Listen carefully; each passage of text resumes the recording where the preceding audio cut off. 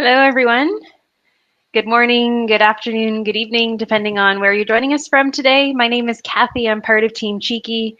And today I have with me Mary and Abba. They're two of the leaders of the private group of the Cheeky Scientists Association. They've been incredibly busy this week because we've just welcomed in a whole new class of Cheeky Scientist Associates. But I've pulled them away and I've brought them live on video for you today because I wanted to talk with them about networking. As many of you know, this month is all about in-person networking. We previously talked to you about the power of online networking through LinkedIn, but this month we really want to focus on event networking and how it's equally, if not more so important than online networking and why. So before we talk about any tips when it comes to event or in-person networking, I first want to dig more into the why. So why is in-person networking so important? Why can't we just stick to LinkedIn and do all of our communication through email, because that's what a lot of us as PhDs are more comfortable doing. So maybe I'll start with you, Abba, and you can just talk about in your experience and what you've seen from other associates, why in-person networking is so important. Right. Thank you, Kathy. So, hi, everybody. Really happy to be here and talk about my experience. Actually, I think nothing replaces in-person networking, because doesn't matter how much you get online, how active you are, how many friends you have on Facebook and, professional network on LinkedIn. When you talk to a person one-on-one, it is completely different, because you're not just talking to them, you're not just listening to them, but you're gauging their body language, you're gauging their expressions, you're gauging their tone, and then you can play off from their reaction. So many times it's very easy to tell that in person that the person doesn't want to talk to you. So you just exit. And sometimes it's really easy to tell that, they are having trouble trying to talk to you. So you try to make them comfortable and then you talk to them. Maybe they are the CEO of the company and they still might have trouble just picking up a conversation. So I think nothing replaces that. And one of the best examples I can give for this is I've always been very active socially. But when I went to an actual event at my Northwestern University, oh my goodness, when I actually faced people and I had to tell them, okay, this is what I work on, this is what my goal is, it put things into perspective so much for me. I was like, this is real. I can't just write a message and forget about it. I have to talk to these people and they have to respond. And the effect was 100% more, 100% more. Because even if you generate one referral, you're good. So that's my favorite example.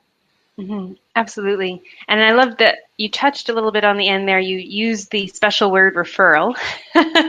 So maybe, Mary, can you talk to us about in your job search strategy plan, when does in-person networking kind of fit into it? When should PhDs start?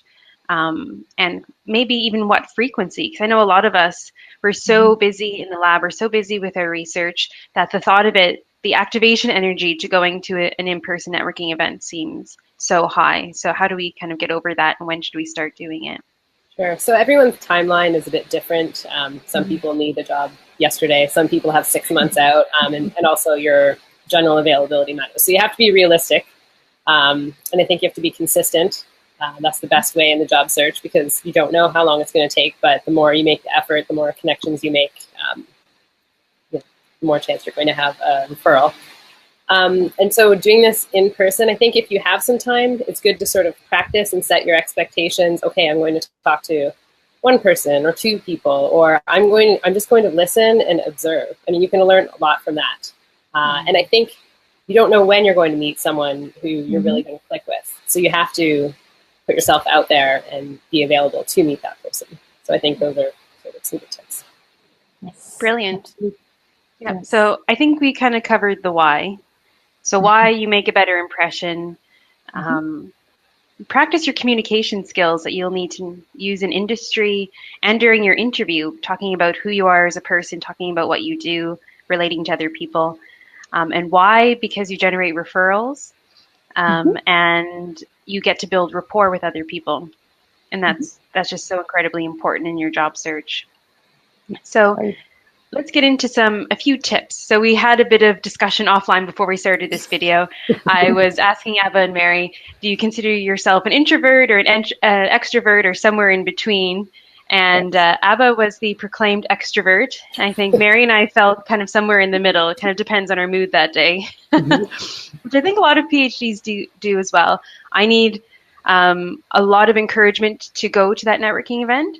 When I go, I can be talkative, I can be enthusiastic, and I can be personable, but it takes a lot of energy for me to get there, and then I need my recovery time afterwards because it takes a lot out of me, and I'm sure that a lot of you feel the same. So when you're at that networking event, what are some tips that you used? I'll start with you again, Abba. As an extrovert at a networking event, what's your plan of attack when you go somewhere? Right. So I've said this before, and if anybody has watched the webinars, the recent ones, that being an extrovert doesn't mean that you know absolutely and exactly what to talk. So you still have to prepare. So the first thing is, if you're going to an event, do your research. Who are the people who are attending? Is it just PhDs and postdocs, or are there industry professionals? Who's coming there? So always research. And when you research, then you know that, okay, if this person from this company is coming, I better have something to know about this company so I can strike a conversation and make it meaningful. Because you can't just go and talk about your dog. They don't care.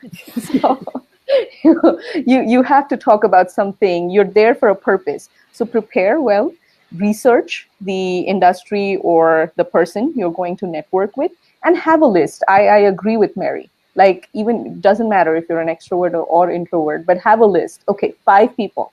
I'm going to have a meaningful conversation with 5. Even if one drops out because of whatever reason, you still have 4. So have a list. And my favorite thing to do is always wish people. Even if they don't want to talk to you, they will turn back and say, oh, good evening or good afternoon.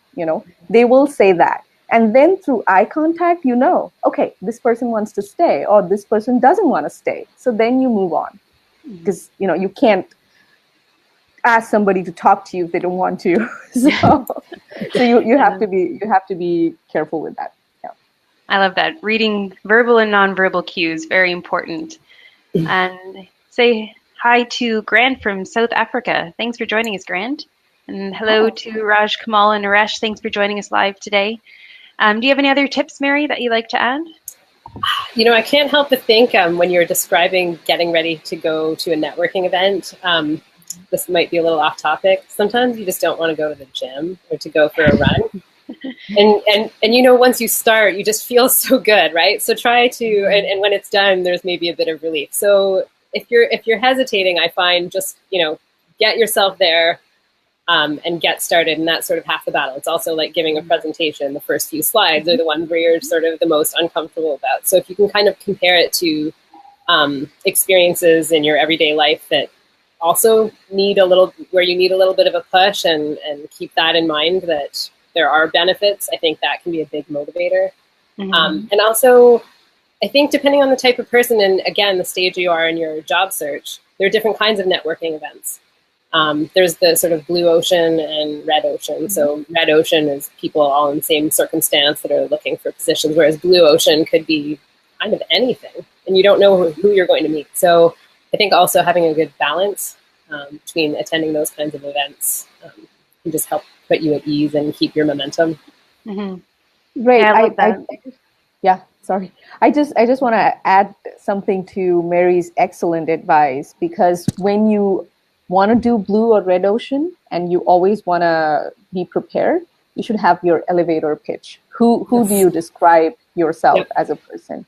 So that is one of the primary things one should know. Sorry, Kathy, I didn't mean to interrupt you. No, not at all. Go for it. And I'll just add too then that can vary depending on who you're going to meet. So that's another reason to be prepared. You don't know, if you don't know who you're going to meet, you don't know if they'll really know the details of your background. So make sure that you can practice talking about what you've done sort of in layperson terms, and don't have too much technical jargon. Whereas if you're going to be among your peers, you can have, there's a basic assumption that people have a certain understanding, and you can kind of go from there. Right. Absolutely. Yeah. And I'll also add, and this is a quote from somewhere that which I'm going to completely butcher, which is people will rarely remember what you say, but they'll remember how you made them feel. Right? Yeah. So bringing across that enthusiasm and motivation and just being personable in what you say is super important. It's not about the technical detail. It's not about getting in every last word, but it's about being in that moment and just having fun with it. So like Mary was talking about Blue Ocean events, we're literally telling you to go anywhere. Go to a book club, go to a wine tasting, go to a museum opening, do something fun and take away that label of networking. And then just go there and have a chat with people. And you'll be amazed at how helpful that is in your job search in terms of building your communication skills and your network outside of academia, which is super important. So hello to Sarah and Sarab for joining us. Yeah, Mary, did you want to say one other thing? Don't forget your business cards. Absolutely. I did that recently, and I just, Awesome. That's perfect. So thank you so much, everyone, for joining us. Had a great crowd today. It's amazing to see. And thank you to Ava and to Mary for joining us. It's fantastic. We'll see you guys next week. Thank you, everybody. Bye.